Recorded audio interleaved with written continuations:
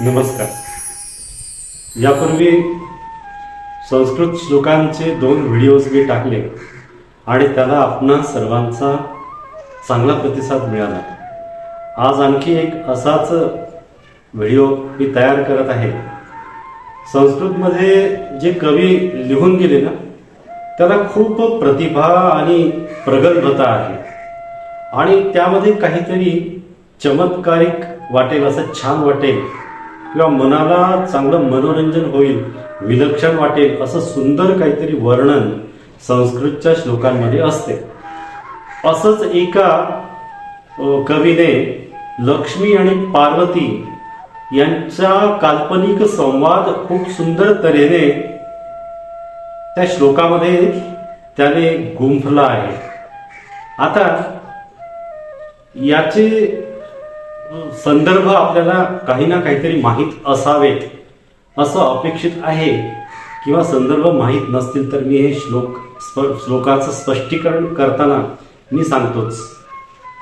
तो श्लोक शार्दूल विक्रीडित वृत्तातला आहे. तो श्लोक मी प्रथम सांगतो आणि मग त्याच्या अर्थाकडे आपण वळू. कवीने लक्ष्मी आणि पार्वतीचा जो संवाद या श्लोकामध्ये मांडला, तो श्लोक असा आहे.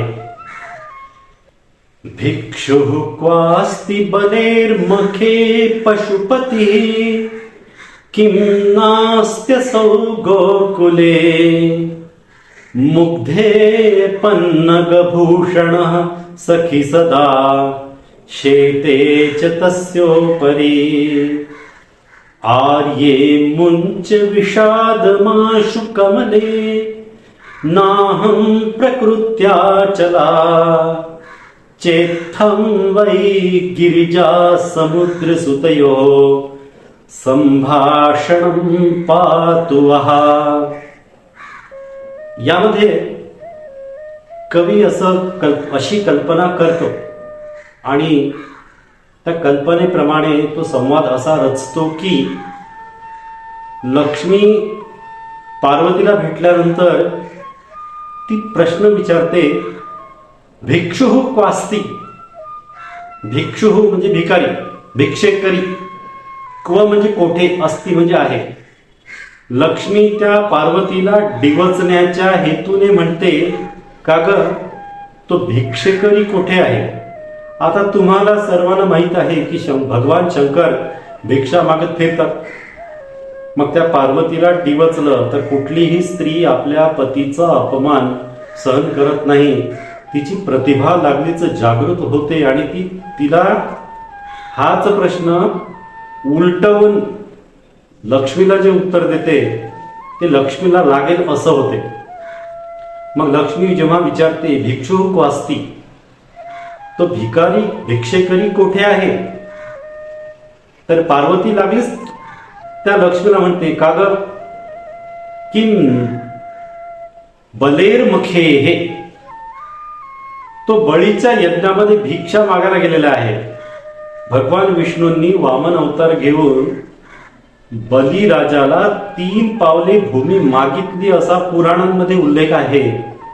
त्याचा संदर्भ देऊन पार्वती म्हणते की भिक्षेकरी आता कोण ठरतो, तो विष्णू ठरतो, म्हणजे लक्ष्मीचा पती ठरतो. तर जेव्हा पार्वतीच्या पतीवरून लक्ष्मी प्रश्न विचारते, तो भिक्षेकरी कोठे आहे, पार्वती ते लक्ष्मीवर उलटवून सांगते की तो भिक्षेकरी म्हणजे विष्णू बळीच्या यज्ञात भिक्षा मागायला गेला आहे. लक्ष्मी गडबडते, कारण हे तिच्यावर उलटलं. मग ती पुढे काय म्हणते, पशुपती. असं नाही ग, तो पशुपती कोठे आहे. भगवान शिवांना पशुपतीनाथ म्हणतात. मग पार्वती ते पण उलटवते लक्ष्मीवर आणि काय म्हणते, किम नास्त्यसौ गोकुले. पशूंचा मालक ना, तो पशूंच्या ढोराच्याच मागे गोकुळामध्ये फिरतो, सापडला नाही का तुला, म्हणजे तो कृष्ण हा विष्णूचा अवतार. मग तो पार्वतीचा पती पशुपती असा जे लक्ष्मी टोचून उल्लेख करायला पाहते, पार्वती ते उलटवते आणि म्हणते की तो पशुपती म्हणजे विष्णू म्हणजेच कृष्ण गोकुळात सापडला नाही का. लक्ष्मी पुन्हा तिला धक्का बसतो. पुढे ती काय म्हणते, मुग्धे म्हणजे अगवेडे, पन्नगभूषण अगवेडे तो सापाचे अलंकार धारण करणारा, म्हणजे भगवान शिवांच्या गळ्यामध्ये साप असतो, पण पार्वती चतुर, ती लागलीच म्हणते सखी अग मैत्रिणी, शेतेच तस्योपरी, सापाचा अलंकार असणारा काय तो तर सदैव त्याच्यावर झोपलेला असतो, तो शेषशाही विष्णू सापावर झोपलेला असतो ना.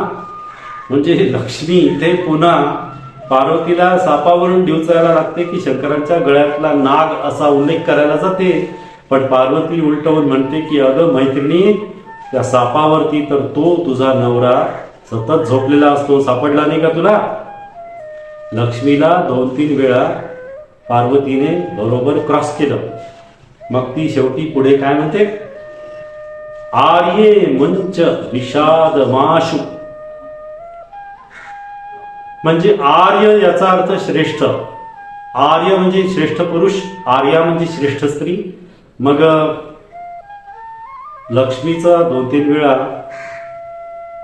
म्हणजे मुखभंग झाला पार्वतीकडून. मग ती म्हणते की हे श्रेष्ठ स्त्री आहे.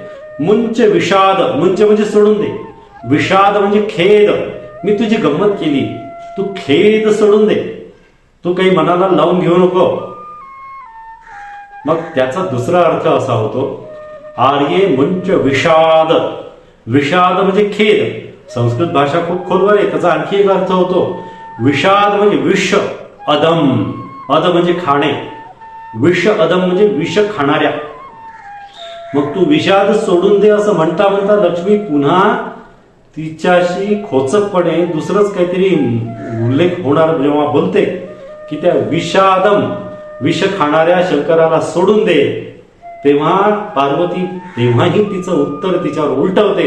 काय म्हणते, कमले, कमला म्हणजे लक्ष्मी, नाहम प्रकृत्या चला, अगं लक्ष्मी मी, दोन्ही उत्तर होतात, मी विषाद करत नाही कारण मी काही चंचल स्वभावाची नाही, माझ्या मनात काही फरक पडत नाही कोणाच्या बोलण्याने.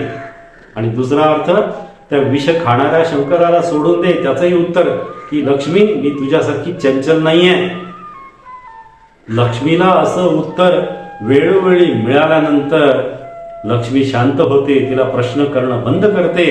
आणि मग कवी काय म्हणतो, चेत्थम वै च इत्थम, अशा प्रकारे गिरिजा समुद्र सुतयो हो, गिरिजा म्हणजे पार्वती आणि समुद्र सुता म्हणजे लक्ष्मी, कारण 14 रत्ने जी समुद्रातून वर आली त्यामध्ये लक्ष्मी पण होती.